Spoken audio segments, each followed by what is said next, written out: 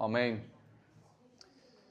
Ons moet eintlik op die einde van die dag moet ons so intentioneel wees, dat wanneer ons Sondag by mekaar kom en selfs 'n Woensdag by mekaar kom, moet ons besef dat dit gaan nie oor ons nie. Dit gaan nooit oor ons nie.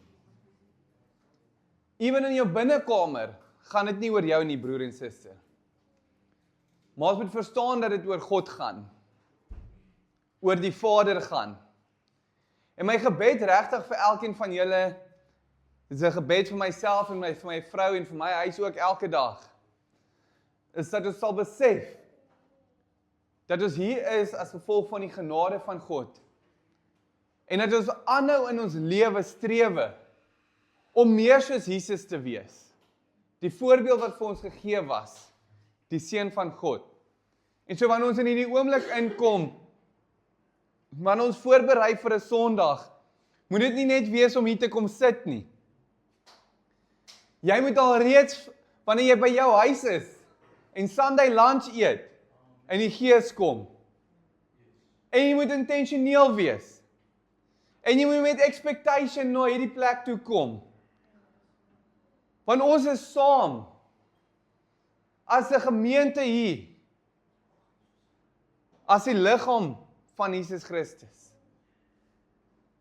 Dis nie net ek hier nie, of net Paul, of net Diva nie, dis ons almal saam. En dit is vir ons belangrik om in die Gees van God te kom, sy teenwoordigheid te kan voel. En voor ons begin het vanaand het ek vir die mense gesê wat hier was, so sê ek, kan ons asseblief wanneer ons verdaag, nog steeds in die teenwoordigheid van God verdaag. En nie wanneer ons klaar is, en ons koffie drink, dadelik vergeet wat ons gelees het nie. Dadelik vergeet wat hier gebeur het vanaand nie. Dat ons in die postuur, wat die Gees ons vervul, hier sal uitgaan. En in die wêreld ingaan. Want dit is die verwagting wat God van ons het. En soos ons vandag uit die aard van die saak Vadersdag vier, dink ek is fitting dat ons oor die Vader praat. En ons begin 'n nuwe reeks ook vir my en my gesin. En my huis. So oor die volgende paar weke gaan ons net bietjie meer praat oor die rol van 'n man in die huis, die rol van 'n vrou in die huis, die rol van kinders.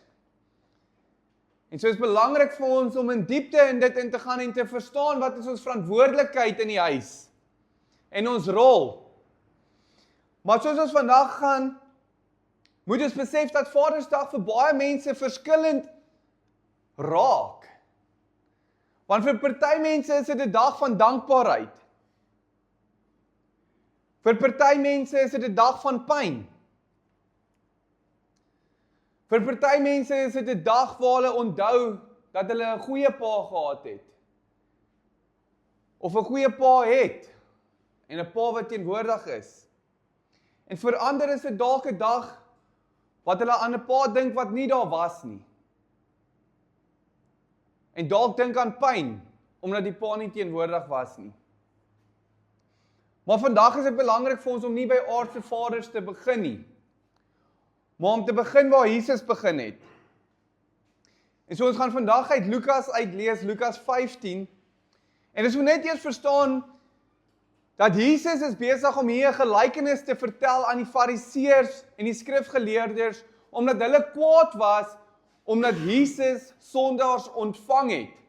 Want in vers 2 sê hy, hierdie man ontvang sondaars en eet saam met hulle. En dan gaan Jesus aan van daar af, en hy vertel 3 verhale.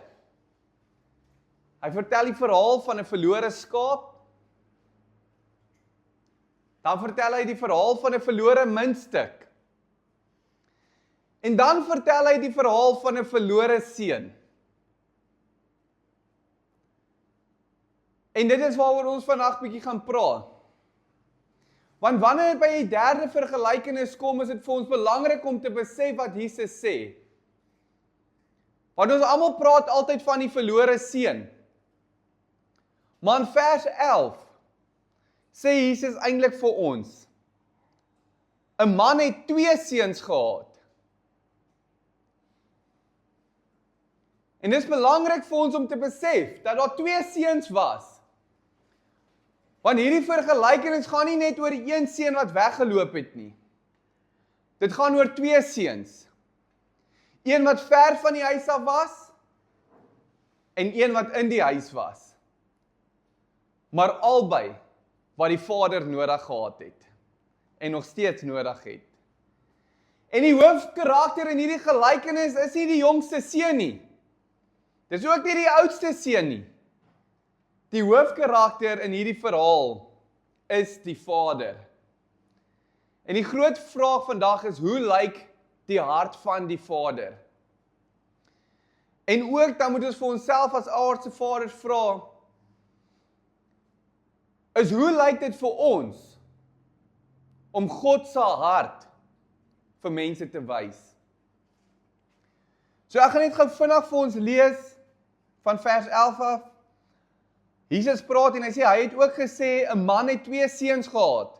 En die jongste van hulle het vir sy vader gesê, Vader, gee my die deel van die eiendom wat my toekom. En hy het die goed tussen hulle verdeel. En nie baie daarna nie, het die jongste seun alles bymekaar gemaak en weggereis na 'n ver land. En daar het hy sy eiendom verkoos deur losbandig te lewe. En toe hy alles deurgebring het, kom daar 'n swaar hongersnood in daardie land en hy het begin gebrek ly. Toe het hy hom by een van die burgers van daardie land gaan voeg en die het hom in sy veld gestuur om varke op te pas. En hy het verlang om sy maag te vul met die peule wat die varke eet en niemand het dit aan hom gegee nie. Maar hy het tot homself gekom en gesê, hoe baie huurlinge van my vader het oorvloed van brood en ek vergaan van honger. Ek sal opstaan en na my vader gaan en ek sal vir hom sê, Vader, ek het gesondig teen die hemel en voor u. En ek is nie meer werd om u seun genoem te word nie. Maak my soos een van u huurlinge.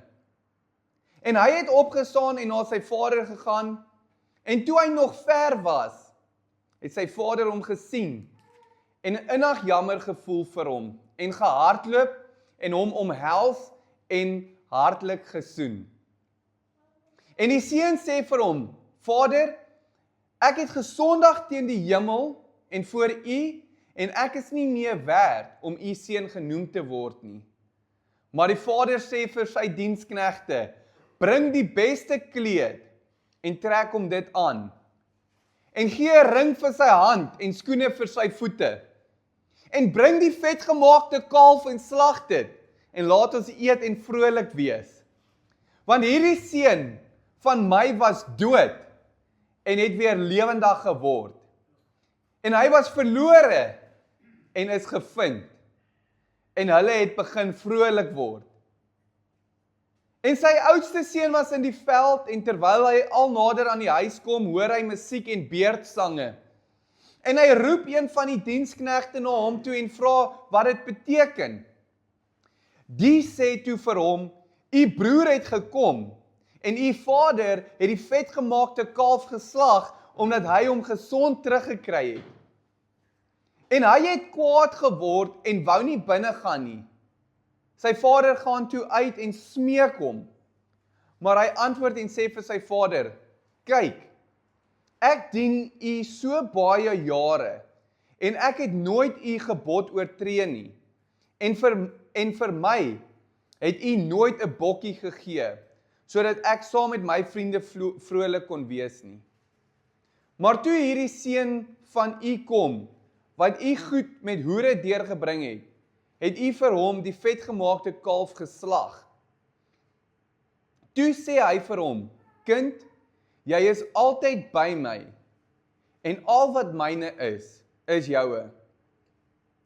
Ons moet tog vrolik en bly wees, want hierdie broer van jou was dood, en het weer lewendig geword, en hy was verlore, en is gevind.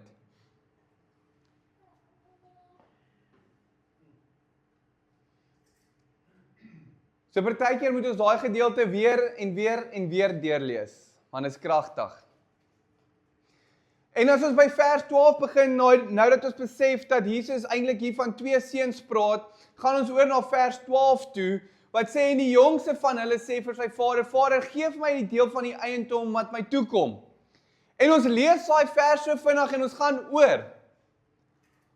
Maar ons moet vir 'n oomblik besef wat hierdie jongste seun eintlik vra.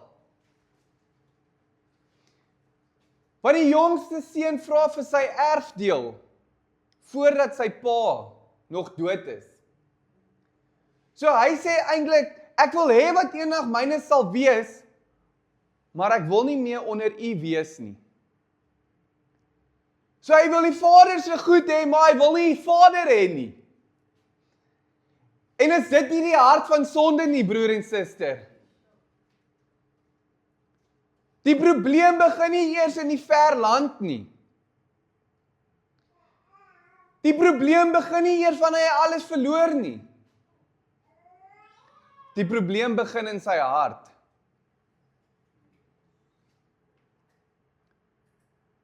Want ons moet besef, dat sonde is nie net die verkeerde dinge wat ons doen nie. Sonde is wanneer ons God se gawe soek, sonder God. Wanneer ons alles wil hê van God se hand af, maar nie vir God wil hê nie. Wanneer ons soek sy seën, ons soek sy voorsiening, sy beskerming, ons soek sy hemel, maar ons wil nie noodwendig hom hê nie. En is dit nie waar ons onsself soms vind nie, broer en suster? Want ons bid vir deurbrake, ons bid vir finansies, ons bid vir ons huis, ons huwelik, ons kinders. Maar die vraag is, wil ek net hê wat uit die Vader se hand kom? Of wil ek die Vader ook hê? Wil ek sy teenwoordigheid hê? Of wil ons net altyd hê wat hy vir ons kan gee? En hier is iets wat vir ons as aardse vaders ook partykeer belangrik is om net raak te sien. Want die jongste seun vra vir ietsie wat eendag syne sou wees, maar hy vra dit voor die tyd. En die pa het dit gegee in die storie. Maar ons moet besef dat nie alles wat die kind wil hê, moet hy nou kan kry nie. Nie alles wat die kind wil hê, is noodwendig nou goed vir hom nie. Want liefde beteken nie net om te gee, en te gee, en te gee nie. Soms is liefde om te wag. Soms is liefde om te sê nie nou nie. Soms is liefde om te onderskei tussen wat 'n kind wil hê en tussen wat 'n kind nodig het. Maar ons sien in hierdie vergelykenis, laat die Vader hom gaan. Hy dwing hom nie, hy manipuleer hom nie, hy beheer hom nie. Want liefde kan nie dwing nie. God self roep mense om te kies. Ons sien in hoofstuk 24 van Josua, sê hy, kies dan vandag wie julle wil dien. Broer en suster, dit raak 'n keuse. Want ware liefde kan nie forceer word nie. Ware liefde het openbaring nodig. En ware liefde is 'n keuse wat ek en jy moet maak. En dit is belangrik om vir onsself te vra, dien ons God vir wat hy kan doen vir ons? Of dien ons God vir wie hy werklik is? Is ons lief vir God oor wat hy vir ons kan doen?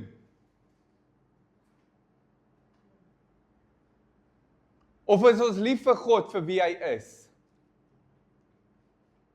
Want ons moet verstaan, broer en suster, as ons werklik in ons harte lief is vir God, gaan die manier hoe ons lewe anders lyk. Ons keuses gaan anders lyk. Ons optrede gaan anders lyk. Ons liefwees gaan anders lyk. Ons sien in vers 13 en dit sê, en nie baie dae daarna nie, het die jongste seun alles bymekaar gemaak en na 'n ver land weggereis. En daarna het hy sy eiendom verkoos deur losbandig te lewe. So let op, hy vat die erfdeel en trek weg. Hy gebruik dit nie in die Vader se teenwoordigheid nie. Hy wil weg wees. Dit wys dat die bedoeling met die erfdeel alreeds verkeerd was. Hy wou nie net die geld hê nie. Hy wou onafhanklikheid van die Vader gehad het. En dit is wat sonde doen, broer en suster. Dit sê, ek wil vry wees. Maar uiteindelik vat sonde ons verder weg van God af. Vers 14 wys ons, en toe hy alles deurgebring het, kom daar 'n groot hongersnood in daardie land, en hy het gebrek begin ly. So hy gaan van baie, na absoluut niks nie. Hy gaan van 'n seun, na 'n slaaf toe. Van 'n erfgenaam, na 'n bedelaar. Van oorvloed, na hongerte. Ons sien in vers 15 en 16 hoe hy val. Na 'n punt toe waar hy tussen die varke gaan begin werk. En vir daardie tyd was dit vir 'n Jood een van die laagste denkbare plekke waar hulle kan wees. En dan sê die teks, en niemand wou hom iets gegee het nie. En dit is vir ons 'n belangrike sin om te besef, broer en suster. Wanneer die wêreld baie aan jou beloof, gee dit uiteindelik vir jou niks nie. Wanneer die sonde vir jou sê, dit gaan jou vrymaak, maak dit jou 'n slaaf. En dit is vir my partykeer so hartseer dat ons so vinnig vasgevang raak in dit. Want waar sonde lewe beloof, eindig dit eintlik in dood op. Want geestelik is dit presies wat met mens gebeur as ons nie vir God het nie. Nie werklik vir God in ons harte het nie. Nie werklik toelaat dat die Heilige Gees beweeg in ons lewe nie. Want jy kan alles in hierdie wêreld hê en nog steeds leeg wees. Jy kan vermaak hê en nog steeds gebroken wees. Jy kan vryheid soek en nog steeds vasgevang eindig. Die seun het sy vader se huis verlaat om vry te wees. Maar weg van die vader het hy 'n slaaf geword. Broer en suster, dink aan jou eie lewe vir 'n oomblik. Hoeveel kere het jy so vasgevang in die dinge van die wêreld en heeltemal begin wegtrek van God af? En waar die wêreld vir jou gesê het, kies my, het jy dood geestelik begin raak. Ons moet besef dat sonde ons weglei van God af. En daar waar ons weggelei word van God af, begin ons geestelik doodgaan. En elke dag wat ons ingee, maak ons onsself 'n slaaf aan die wêreld. En dit is vir ons ietsie belangrik om te besef. Want dit bly 'n keuse, hier waar ek en jy sit vandag. Bly dit 'n keuse wat jy doen met jou lewe. Dit bly 'n keuse as jy vanaand hier uitstap, die keuse wat jy gaan maak daar buite. Die manier hoe jy gaan optree, hoe jy gaan praat, hoe jy gaan lief wees vir die broer en suster langs jou elke dag van jou lewe. En hoe meer jy begin ja sê vir die dinge van die wêreld wanneer jy hier uitstap, hoe meer konflik word daar begin veroorsaak in jou lewe. Hoe moeiliker raak die lewe. Hoe meer het jy nie meer 'n antwoord vir wat aangaan nie. Jy moet nader trek aan God. Nader aan sy hart trek. Want soos hierdie jongste broer in vers 17 sê, maar toe hy tot homself kom, sê hy, hoeveel huurlinge van my vader het brood in oorvloed en ek vergaan van hongerte. Hier kom 'n keerpunt, broer en suster. Want tot hy by homself gekom het, besef hy. Want sonde is eintlik waansin. En 'n gedeelte van die definisie van waansin is verlies met kontak van die werklikheid. So om oor te gee aan sonde die hele tyd. Om terug te beweeg. Is om touch te verloor met werklikheid.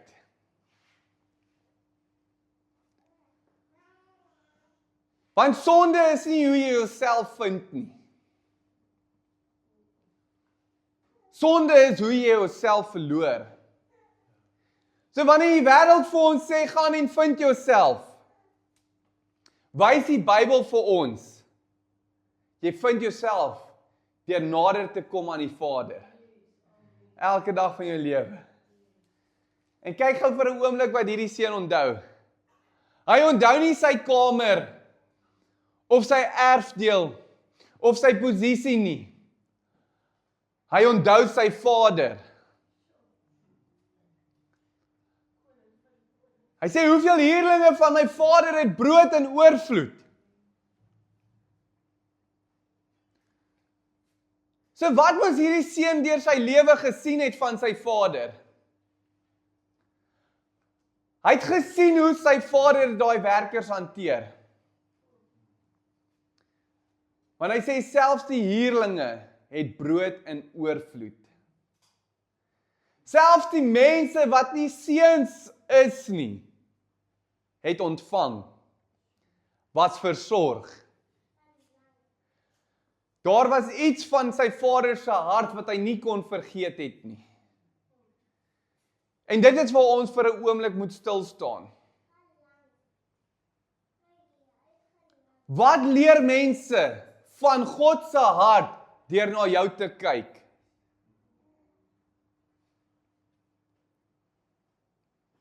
Wanneer mense na jou lewe kyk, wat herinner hulle aan God?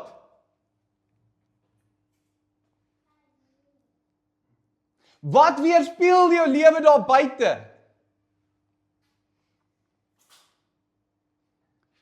Wat leer die mense onder ons wanneer hulle na ons lewe kyk van God? Ons moet onsself vra, wat leer my kinders van God deur hoe ek my vrou behandel? Wat leer my kinders van God deur hoe ek my werknemers behandel? Wat leer my kinders van God hoe ek reageer wanneer ek kwaad is? Of van hoe ek vergifnis vra? Of deur hoe ek bid? Of wat leer my kinders van God? Hoe ek mense hanteer wat niks vir my kan terugdoen nie. Want die jongste seun is vir 'n oomblik ver van sy pa af. Maar sy pa is nie uit sy geheue uit nie. Die vader se teenwoordigheid het hom gevorm. Nou broer en suster, moet ons stil staan vir 'n oomblik. Want as jy 'n pa in jou lewe gehad het wat nie daar was nie, of wat nie 'n voorbeeld was nie, beteken dit nie dat jy nie 'n vaderfiguur gehad het nie. En vir my en jou vandag, broer en susters, mans, het ons 'n rol om 'n geestelike leier te raak. En jy kan 'n geestelike leier wees vir iemand waar 'n pa afwesig is. En Vadersdag word nie net gevier vir net vaders wat kinders het nie. Dit word vir geestelike vaders gevier wat na mense kyk. En in die gap staan vir daar waar aardse vaders afwesig is. En ons het 'n verantwoordelikheid om in ons teenwoordigheid die kinders te vorm. Die mense te vorm wat onder ons leierskap is.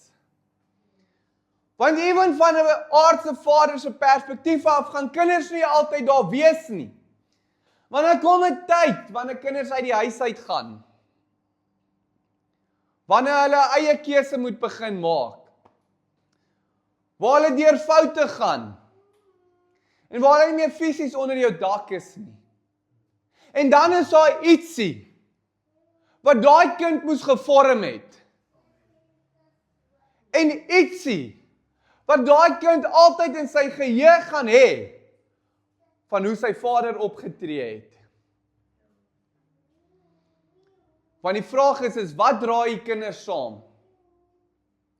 Whether dit jou fisiese bloedkinders is, whether dit geestelike kinders is,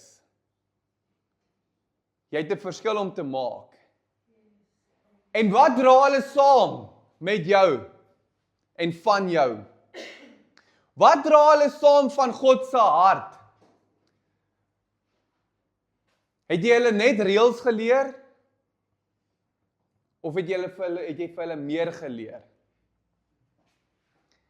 Vers 18 en 19 wys vir ons, ek sal opstaan en na my vader gaan en ek sal vir hom sê, Vader, ek het gesondig teen die hemel en voor u. Ek is nie meer werd om u seun genoem te word nie. So hy besef dat hy gesondig het teen die Vader. Nie net teen sy aardse pa nie, maar ook teen die Vader in die hemele.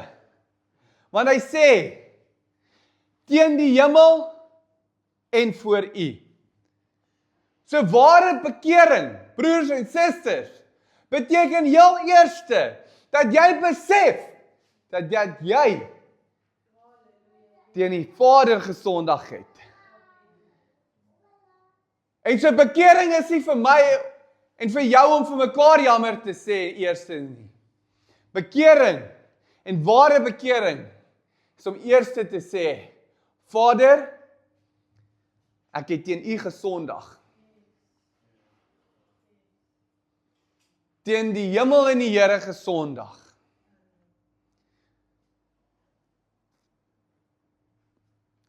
Maar ons moet vir 'n oomblik kyk wat hier aangaan. Hy sê, maak my soos een van u huurlinge. Hy verstaan nog nie die volheid van genade nie. Hy dink hy moet terugkeer as 'n werknemer. Hy dink hy gaan dalk net genoeg kry om te kan oorleef. Maar hy verstaan nog nie. Die Vader soek nie net 'n huurling nie. Die Vader soek sy seun terug. Die Vader soek nie net 'n werknemer nie.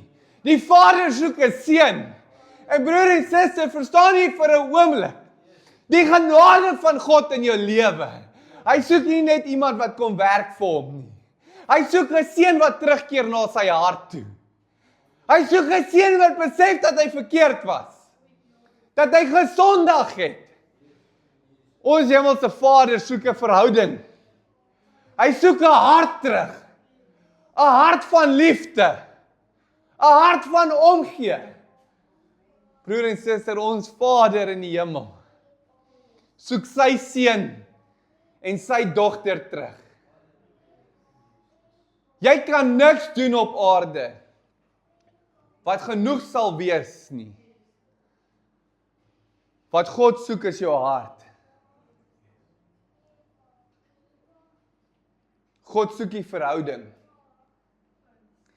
En verstaan vir 'n oomblik. Verstaan vir 'n oomblik wat daai genade is. Om jou te kom transform. om jou nuut te maak. Dat daar waar jy dood is jy nou lewendig. Dit is wat die genade van God doen. Want die Vader se hart is om nie verlore kinders as slawe terug te ontvang nie. Sy hart is om jou te kom herstel. Om jou opreg weer nuut te maak, broer en suster. Dit is wat sy hart is vir jou en my. Hy sê en hy het opgestaan en hy het sy vader gegaan en toe hy nog ver was, het sy vader hom gesien en innig jammer gevoel. En hy het gehardloop en hom omhels en hom gesoen. Broer en suster, ek hoop julle almal luister in hierdie oomblik. Want van julle lyk vir my aan die slaap bietjie. Maar ek wil vir julle sê, dat julle moet luister na die woord van God. Want dit sê, toe hy nog ver was, hoe sien jy iemand van ver af? Jy sit en wag. En kyk intentioneel na die oomblik wanneer daai verlore seun aangestap kom na die Vader se huis toe, na waar hy behoort en waar hy moet wees. Jy kyk, jy wag en jy verlang.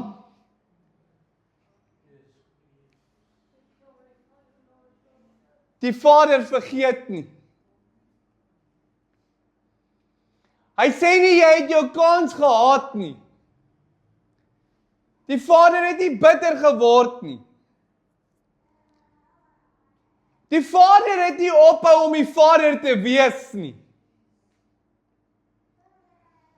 Die teks sê toe hy hom sien, toe hy innig jammer gevoel. As ons een ding van 'n parable verstaan wat Jesus vertel, dan weet ons dat hierdie Vader, die vergelykenis is van ons hemelse Vader. En dit is belangrik om vir ons om te besef, dat God kyk nie na 'n koue hart, en met 'n koue hart na die verlore seun nie. God se hart is nie onaangeraak wanneer mense wegbeweeg van hom af nie. God se hart beweeg. Sy hart is vol ontferming. En vir 'n oomblik moet ons kyk wat sê die teks, want dit raak skokkend.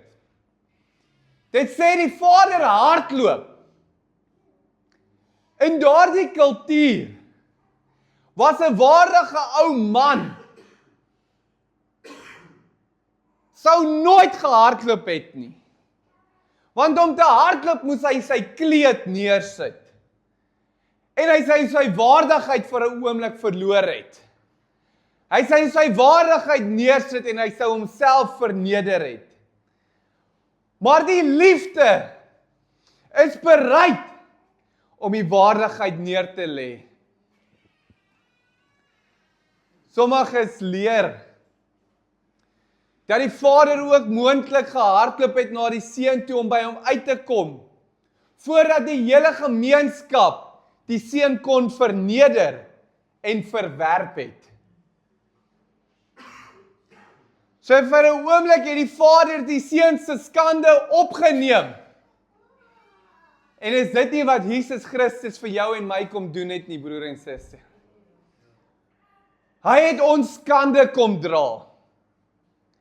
Hy het ons sonde gedra. Hy het homself verneder vir my en vir jou.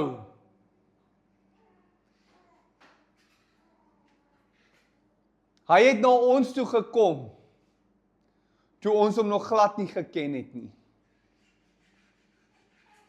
Romeine 5 vers 8 sê vir ons, God bewys sy liefde tot ons, daarin dat Christus vir ons gesterf het, toe ons nog sondaars was.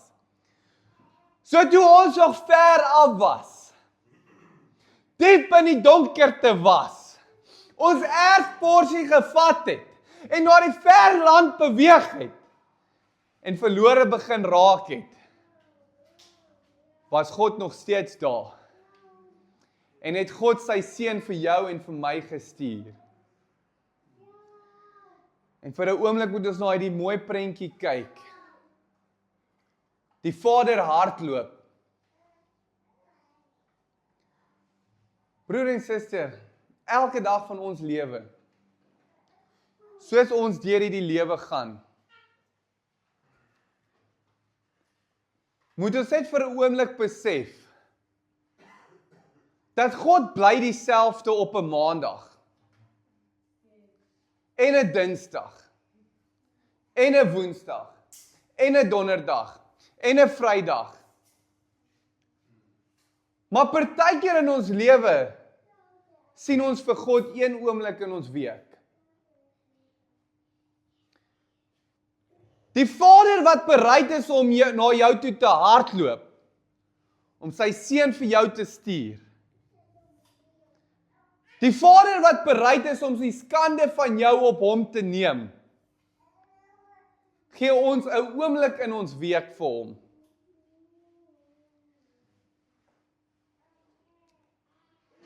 En ek dink vir 'n oomblik moet ons dit net raak sien. Want ek moet vir jou sê, broer en suster, as vandag die laaste keer is wat ek hier so staan, dan wil ek weet dat ek in my hart vir jou gesê het, broer en suster, begin jou lewe verander met die Here. Begin die manier verander hoe jy hom raak sien. 'n Vader wat sit en wag vir die verlore seun om aangeloop te kom. Ons Vader, wat lief is vir ons. Dit is so mooi in vers 21, en die seun sê vir hom, Vader, ek het gesondig teen die hemel en voor u, en ek is nie meer werd om u seun genoem te word nie. Die Vader sny hom af in wat hy besig is om te sê. Hy kry nie kans om sy volle toespraak te lewer wat hy geoefen het vroeër in die gedeelte nie. Want hy het vroeër geoefen en gesê, hy gaan na die huis van die Vader toe gaan, en hy gaan vir hom sê, maak my soos een van u huurlinge. Die Vader sny hom af. Hy onderbreek hom. Want die Vader gaan nie toelaat dat sy seun terugkom as 'n slaaf nie. Broer en suster, kan ons opgewonde raak dat die Vader jou nie as 'n slaaf soek nie, maar dat hy jou wil herstel as sy seun en sy dogter, en dat hy jou kom en voluit in jou hart en terugbring, en dat hy jou heel maak weer, en dat hy jou nie terugsoek as 'n slaaf nie, broer en suster. Die Vader sê aan sy diensknegte, hy sê, bring die beste kleed. Hy herstel daai seun se eer. Hy sê, bring die ring. Hy herstel die identiteit en die gesag. En hy sê, bring die skoene. En slawe het in daai tyd dikwels kaalvoet geloop. Maar seuns het skoene gedra. So die Vader sê, jy kom nie terug as 'n huurling nie. Jy kom terug as my seun. En kyk wat bring die seun na die tafel toe. Wat bring hy terug? Wat bring die seun na die tafel toe? Hy bring niks nie. Hy bring geen geld, geen bewys, geen plan, geen verdienste nie. Al wat die seun bring, is 'n gebroke hart. Die Vader sê, bring jou gebroke hart. Inteendeel, sê die Vader baie meer. Die Vader sê, bring die vetgemaakte kalf en slag dit en laat ons eet en vrolik wees. Hoekom, broer en suster, hoekom vier hulle dit? Want luister duidelik, want hierdie seun van my was dood en het weer lewendig geword. Hy was verlore en is gevind. Broer en suster, dis iets om oor opgewonde te raak. Ons sien die wedergeboorte taal in hierdie skrif. Dood en lewendig, verlore en gevind. Want dit is wat gebeur wanneer iemand terugkeer na God toe. Jy was dood en jy word lewendig gemaak. En ek wonder hoeveel van ons nog steeds dood is. Wanneer ons elke Sondag hier sit. Hoeveel van ons het nog steeds dood in ons harte? Wanneer God hier is om jou te herstel en lewe in te gee, is daar dood in jou hart. Want dit is nie net 'n slegte mens wat beter begin lewe nie. Dit is nie wat bekering is nie. Dit is iemand wat dood was en nou wat lewendig gemaak word, broer en suster. En daarom moet die kerk ook dit vier wanneer iemand tot bekering kom. En ons moet opgewonde wees. En dis hoekom ons dit moet vier wanneer iemand gedoop word, wanneer daar 'n lewe wat gevind word. Wanneer iemand dood was, word daar lewe gevind. En broer en suster, partykeer raak ons hier self opgewonde oor die lewe wat ons gekry het nie. En ek wonder net hoekom dit is. Want toe ek die teenwoordigheid van God in my lewe gekry het en opreg ontvang het, toe wil ek elke dag in sy teenwoordigheid wees. So wat beteken dit vir jou om terug te keer na die Vader toe? Hoe lyk dit vir jou? Want as jy dit opreg doen, gaan daar moet 'n verandering in jou lewe wees. So die Vader vier 'n fees. Hy celebrate. En dis hoe belangrik daai een is vir God ook. Die een is belangrik. Die een is belangrik. Broer en suster, die een. So vir 'n oomblik in jou lewe, gaan daai een dalk op jou pad gesit word. En die vraag wat jy jouself moet vra, het jy lewe binne jou, sodat jy vir daai broer of suster, wat langs jou in die pad kom, kan verduidelik hoe dit lyk om lewe te hê. Gaan daai broer en suster kan sien, deur die manier hoe jy optree, hoe jy loop, hoe jy praat, dat jy lewe gekry het deur Jesus Christus.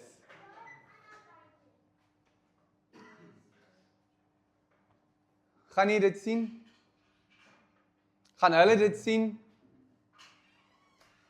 Vir 'n oomblik moet jy vir jouself vra, sien jy die lewe in die broer en die suster wat reg langs jou sit?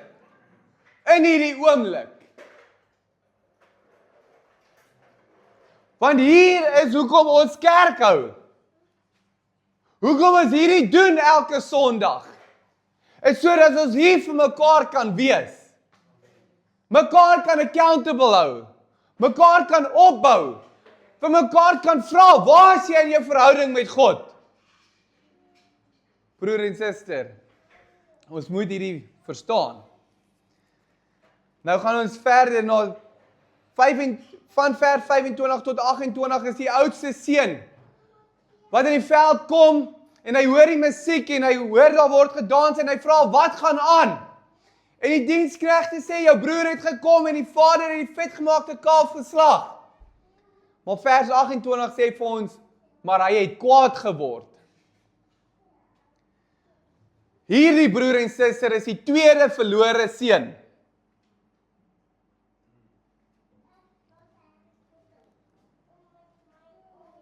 En hy is nie in 'n ver land nie. Hy is by die huis. Maar hy is ver van die Vader se hart af. Onthou die konteks hierso, Jesus vertel hierdie gelykenis vir die Fariseërs en die skrifgeleerdes wat kwaad is omdat Jesus sondaars ontvang. So die jongste seun wys die openlike sondaar. Maar die oudste seun wys die godsdienstige mens wat naby God se dinge is, maar ver van God se hart is. Ons moet kyk, vers 29 sê, ek dien u al soveel jare. Die oudste seun gebruik taal van slawerny. Hy sê eintlik ek werk al jare vir u. So hy het nooit die Vader geniet as die Vader nie. Hy het homself as 'n slaaf altyd gesien. En baie mense leef so, broer en suster. Hulle is in die kerk. Hulle ken die taal. Hulle doen die regte dinge, maar hulle ken nie die hart van die Vader nie. En dit is waar die gevaar is. Hulle dien uit prestasie uit plig uit vergelyking uit en uit bitterheid. Broer en suster, kyk vir 'n oomblik wat sê vers 30.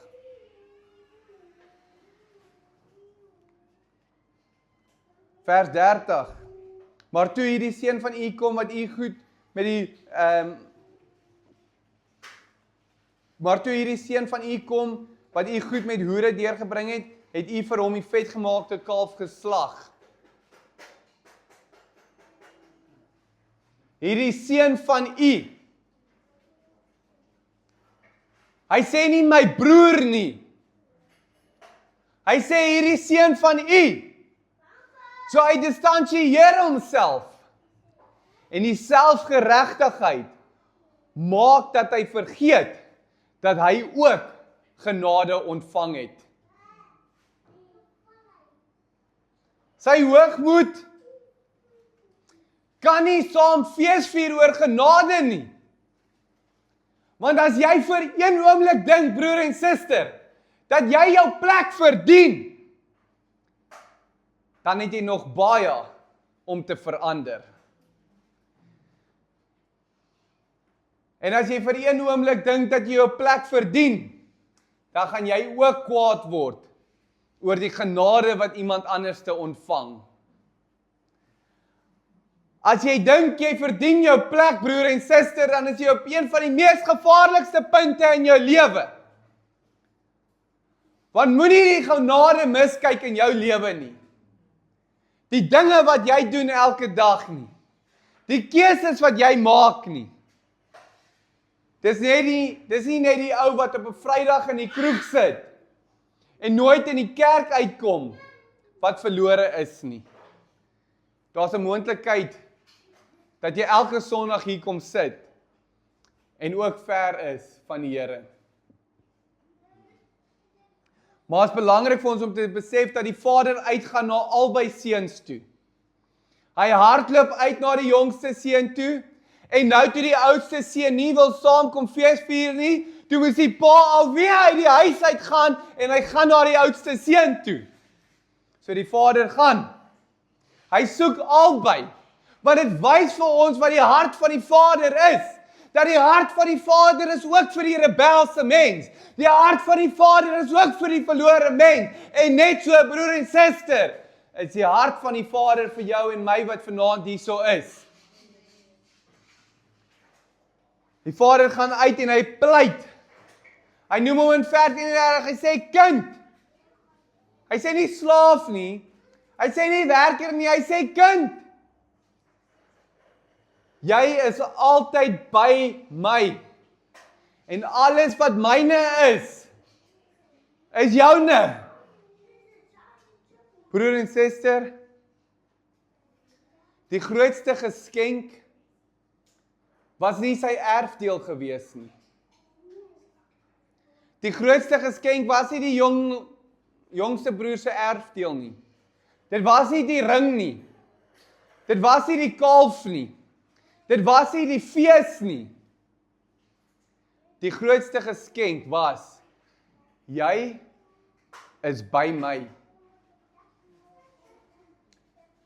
God self is die erfenis. Die Vader self is die veilige plek, broer en suster. En dit is waar baie mense vir God mis. Want ons soek elke keer wat hy kan gee. Maar ons mis dat hy by ons is. Dat sy teenwoordigheid hier is. Elke dag van ons lewe is, hy's hier in hierdie kamer vanaand. Hy's daar waar jy uitgaan en in jou kar klim. Daar waar jy in jou bed gaan lê vanaand. waar jy werk toe gaan môre, is God by jou. En vir 'n oomblik vra ek jou broer en suster, mis jy die Vader? Mis jy die Vader in jou alledaagse lewe? Omdat jy te besig is met jou eie goed. So hierdie gelykenis eindig met die Vader se woorde. Ons weet nie wat die oudste broer of hy ingegaan het of nie. Maar, onthou Jesus praat met die Fariseërs. So op die einde van die dag vra Jesus basies, sal julle inkom? Sal julle saam feesvier oor die genade? Sal julle die Vader se hart ontvang? En vandag vra die teks vir my en vir jou dieselfde vraag. Is jy dalk die jongste seun? Ver weg, gebreek, leeg, moeg. En jy dalk gedink 'n ver land gaan jou vrymaak, maar dit het jou leeg gelaat. Die Vader sê, kom na my toe. Of is jy dalk die oudste seun? Naby die huis, naby die kerk, naby die taal van God, maar ver van die Vader se hart. Die Vader sê, kom in. Die Vader roep albei vandag. Die Vader roep albei. En vir 'n oomblik as ons terugkom by Vadersdag, broer en susters, aardse vaders is nie God nie. En geen aardse vader sal ooit hierdie prentjie volmaak kan uitleef nie. Maar ons as vaders is geroep om iets van God se hart sigbaar te maak. Nie deur perfeksie nie, maar deur teenwoordigheid. Deur waarheid. Deur genade. Deur vergifnis. Deur standvastigheid. Deur liefde. En deur op te kyk na die Vader in die hemel. Die Vader se rol is nie net om kos op die tafel te sit nie. Dis 'n baie belangrike rol, maar dit is nie alles nie. Die Vader se rol is nie net om alles te beheer nie. 'n Vader se rol is om die huis so te lei dat almal wat onder sy sorg is, weet dat hy die Vader in die hemel dien. Broer en suster, 'n geestelike vader is iemand wat mense lei. En miskien lei jy iemand vandag. Miskien is dit jou kinders. Miskien is dit iemand anders se kinders. Miskien is dit werknemers. Miskien is dit familie of vriende. Kan mense sien dat jy na die Vader toe hardloop? Kan mense sien dat jy die Vader in die hemel dien? Want wanneer ek val, weet ek waarheen om te hardloop. Wanneer ek sondig, weet ek waarheen om terug te keer. Wanneer ek gebreek is, weet ek waar herstel plaasvind. En wanneer ek ver is, weet ek dat die Vader se hart nog oop is. Vaders, dis ernstig. Luister, dis ernstig. Want onthou vir 'n oomblik dat mense kan goedheid misbruik. Onthou vir 'n oomblik dat mense genade kan misbruik. Dat mense sagtheid kan misbruik. Maar onthou ook, mense misbruik die genade van God. En God hou nie op om goed te wees nie. So sterkte en sagtheid is nie vyande nie. Die Vader in Lukas 15 is nie swak nie. Hy is sterk genoeg om te laat gaan. Sterk genoeg om te wag. Sterk genoeg om te hardloop. Sterk genoeg om die skaamte te dra. Om te vergewe. Om te herstel. Sterk genoeg om ook die oudste seun te konfronteer. Dit is nie swakheid nie. Dit is die hart van God. En nou miskien kan ons Josua 24 verstaan wanneer hy sê, maar ek en my huis sal die Here dien. Want dit gaan nie net oor beheer nie. Dit gaan nie oor 'n man wat sê, almal gaan doen wat ek sê nie. Dit gaan oor 'n man wat sê, my huis sal weet wie God is. Kan jy dit vandag sê? Kan jy in jou hart vandag antwoord en sê dat my huis weet wie ek dien? Solank ek leef, gaan hierdie huis weet waarheen ons kyk. Hierdie huis gaan weet waar ons hulp vandaan kom. Hierdie huis gaan weet wie ons dien. Hierdie huis gaan weet hoe die Vader se hart lyk. Nie omdat ek perfek is nie, maar omdat ek self onder die Vader lewe. En dit is die grootste nalatenskap wat 'n pa kan hê. Broer en suster, dit gaan nie oor hoeveel jy vir jou kind kan los nie. Dit gaan nie oor dat jou kind altyd kan sê, my pa was reg nie. Maar dat hulle kan sê, my pa het altyd geweet waarna toe om te hardloop. My pa het gewys dat God goed is. En my pa het gewys dat daar 'n Vader in die hemel is. Die jongste seun het alles verloor, maar hy het een ding onthou.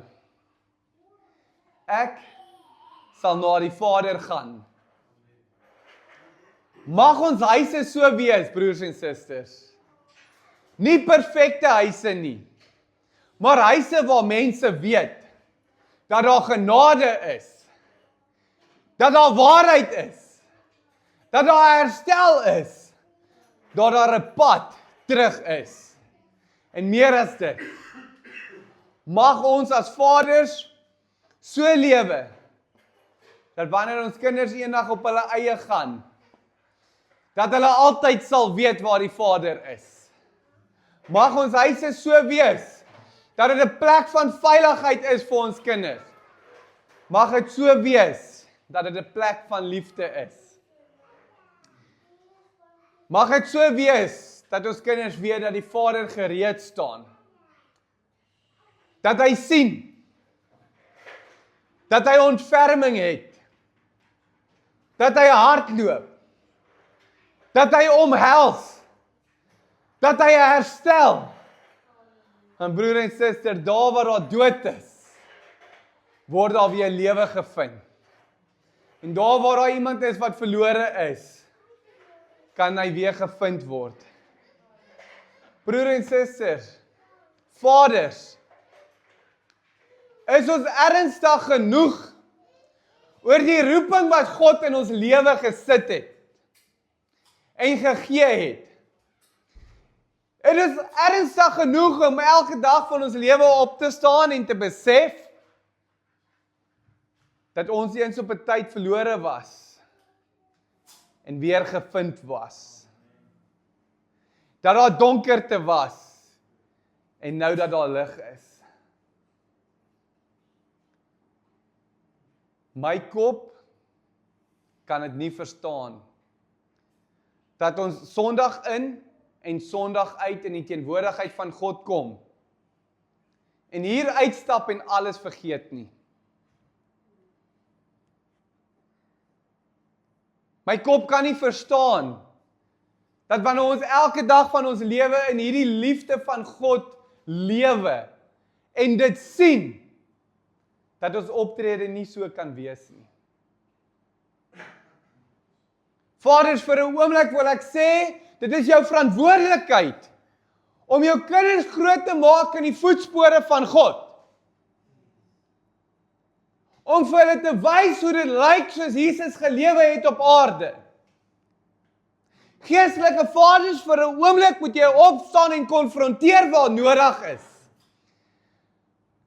Want ons kan nie in hierdie lewe ingaan en in hierdie wêreld aanhou aangaan en hoor hoe liefdevolle mense afgebreek word nie en vertrap word nie, wanneer al wat hulle doen net liefde gee nie. Waar daar misbruik gemaak word van die mans wat opstaan nie. Waar daar misbruik gemaak word van die vrouens wat ondersteun nie. Hierdie is die huis van God. En dit is tyd dat jy 'n keuse maak. Want jy kan in die huis wees, maar verlore wees.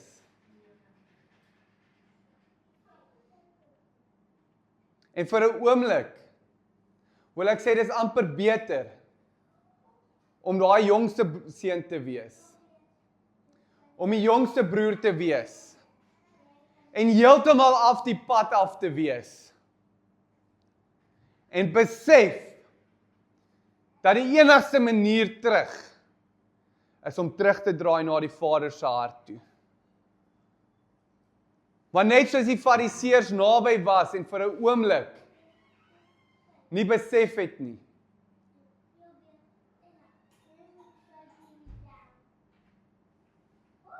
is dit 'n gevaarlike plek om te wees.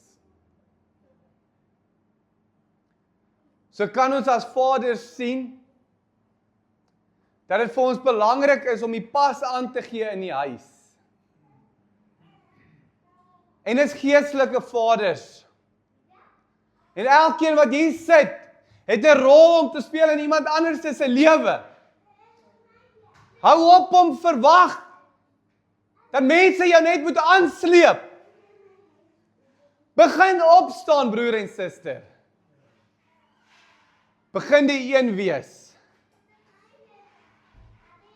wat die rol van die Vader inneem en wag dat daai verlore seun aangehardloop kom. Kom ons kom terug na die hart van die Vader toe. Kom ons word herstel. Word nuut gemaak. Kom ons verstaan weer wat daai genade beteken. Kom ons leef weer 'n bietjie meer in die teenwoordigheid van God as net 'n uur op 'n Sondag aand. Waar is jy, broer en suster, in jou verhouding met God?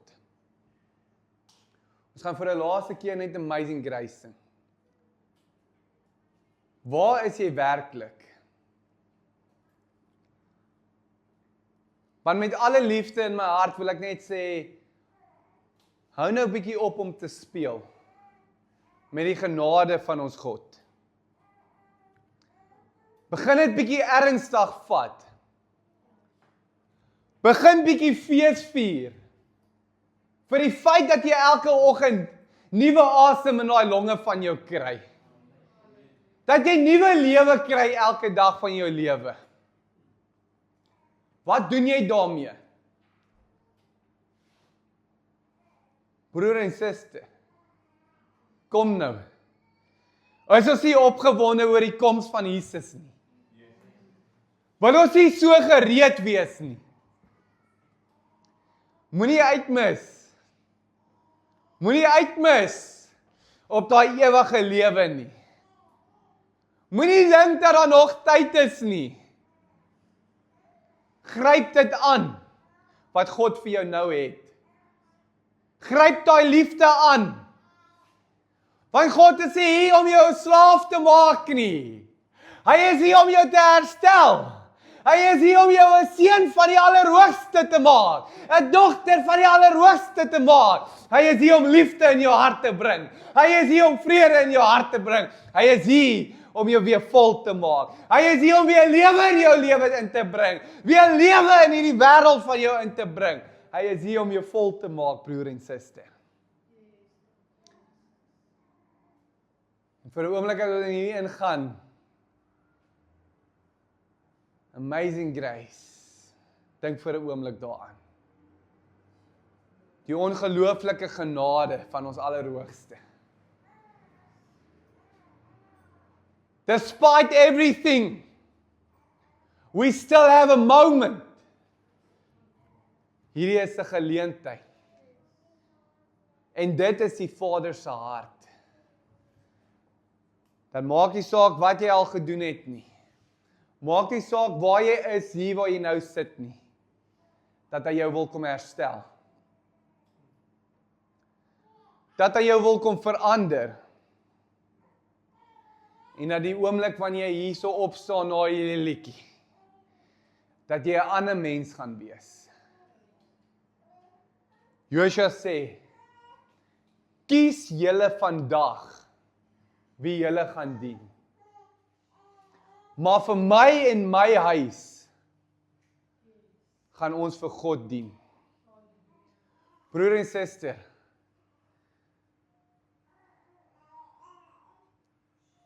eintlik wil dit sê, al moet almal wat hierso sit, besluit om nie meer hier te wees nie, gaan ek en my huis nie ophou die waarheid praat nie. Gaan ek nie ophou julle accountable hou nie. Gaan ek nie ophou om 'n standaard mee te lei wat God vir my sê ons moet doen nie. En so as jy dalk ongemaklik raak, as dit dalk te veel is, kom praat met my dat ons saam oor dit bid. Maar as dit dalk nie die huis is waar jy moet wees nie, of wil wees nie, dan verstaan ons dit ook. Maar daar's iets in my hart wat sê, ek kan nie meer elke dag so deurgaan, om te sien, dat die genade wat die Vader oor ons lewe uitgestort het, dat ons nog steeds misbruik maak daarvan elke dag nie. Dit is nie reg nie. En dit is nie vir my om te oordeel nie. Maar al wat ek kan doen is, ek kan aanhou. Die waarheid wys wat hierdie woord wys. En ek kan aanhou wanneer ek in 'n koffie sit met jou dalk vir jou sê dat jy moet verbeter. En dis nie omdat ek sê wat jy doen nie goed genoeg is nie. Dit is omdat ek sê dat die woord vir ons 'n standaard opgerig het hoe om te leef. En dat dit 'n keuse is. Want Joshua sê vir ons, vandag kies jy, nie ek nie. En hy sê dit verder en hy sê, vandag kies jy. Joshua sê in daai boek verder en hy sê, julle kan nie vir God dien nie. En hulle sê, die Israeliete sê, ons kan. En Joshua sê, raak ontslae van die afgode wat tussen julle is. So ek wil vir jou vandag sê, broer en suster, as jy 'n keuse maak, om terug te kom na die hart van die Vader toe, raak ontslae van die afgode wat tussen jou lewe. Raak ontslae van die ding wat jou wegneem van die hart van die Vader toe. En begin ja sê, vir net een God wat daar is. Vir net een waarheid wat daar is. Vir een liefde wat daar is. En begin besef dat jy nie meer 'n slaaf is nie. Hou op jouself jammer kry vir 'n oomblik. En begin lewe. En word herstel. Soos die Vader jou wil herstel. En begin in dankbaarheid spreek. Want jy het al reeds ontvang. Jy hoef niks te doen nie. Jy hoef niks te doen nie. Behalwe deur te sê, Ja, Here. Vandag dien ek en my huis vir U. Vandag.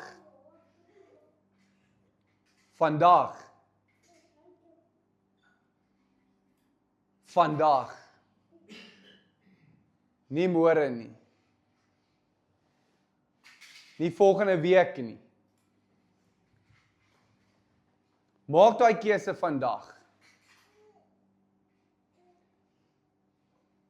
Maak daai keuse vandag, broer en suster. Maar ons moet vir 'n oomblik net verstaan.